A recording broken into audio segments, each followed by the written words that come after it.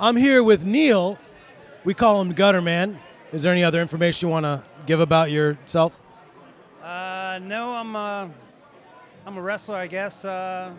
He is a championship level wrestler. He trains out of Disciple MMA, and that is in still in Sterling, right? Sterling, Virginia.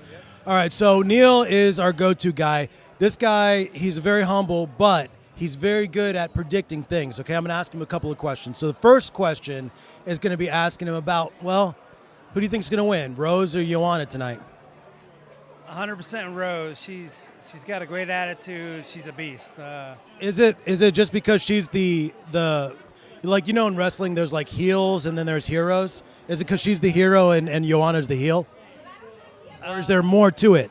No, she's got the whole package, man. She's got the attitude. She's got the equipment. I don't know. Maybe I just like her a lot. In her last fight, I think I remember her doing like taking some shots in on Joanna, or maybe trying to take it to the ground.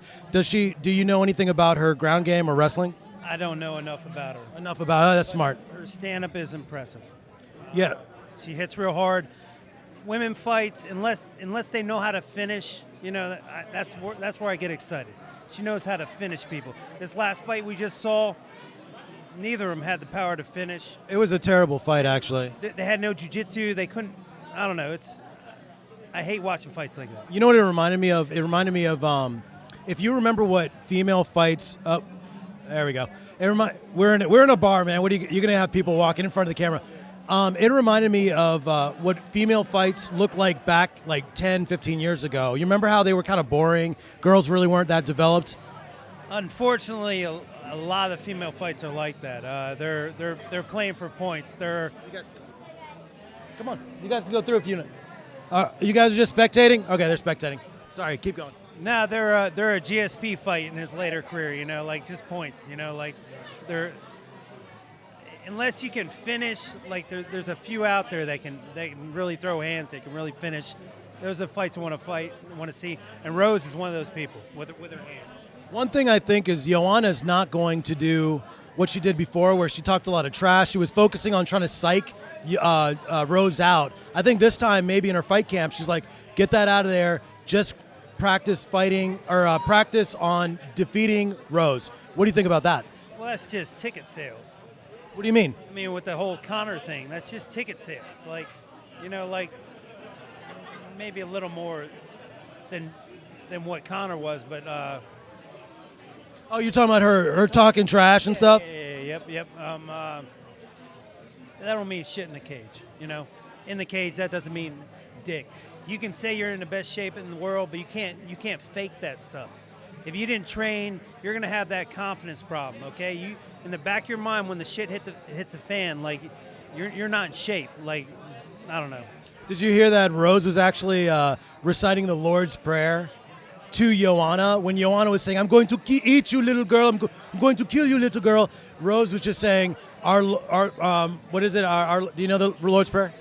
I do know. Well, I used Our to. Lord in heaven, hallowed be thy name. Thy kingdom come. Before every football game, Coach Powell, I love you, man. Fucking, we used to say it. The whole football team would say it. It brought us all together. It doesn't matter what it really means. It's what it means to you. Like, it helps you center yourself. It's like a meditation thing, or whatever it has to be for you. Now you're still fighting, right? You take fights every once in a while. I want to do one more. One more? I gotta do one more eventually. I gotta clear with my pops. I promised him I wouldn't do any more, but. What's going to be the fight weight? Is it 155 for you? You know, I always say 155, and then Scott comes to me, hey, 145. Yeah. And I'm not going to say no because I know it's going to be a nice picture. You know, I lose a couple more pounds. I see some of those. You'll look like our guest tomorrow on the Fight Game podcast.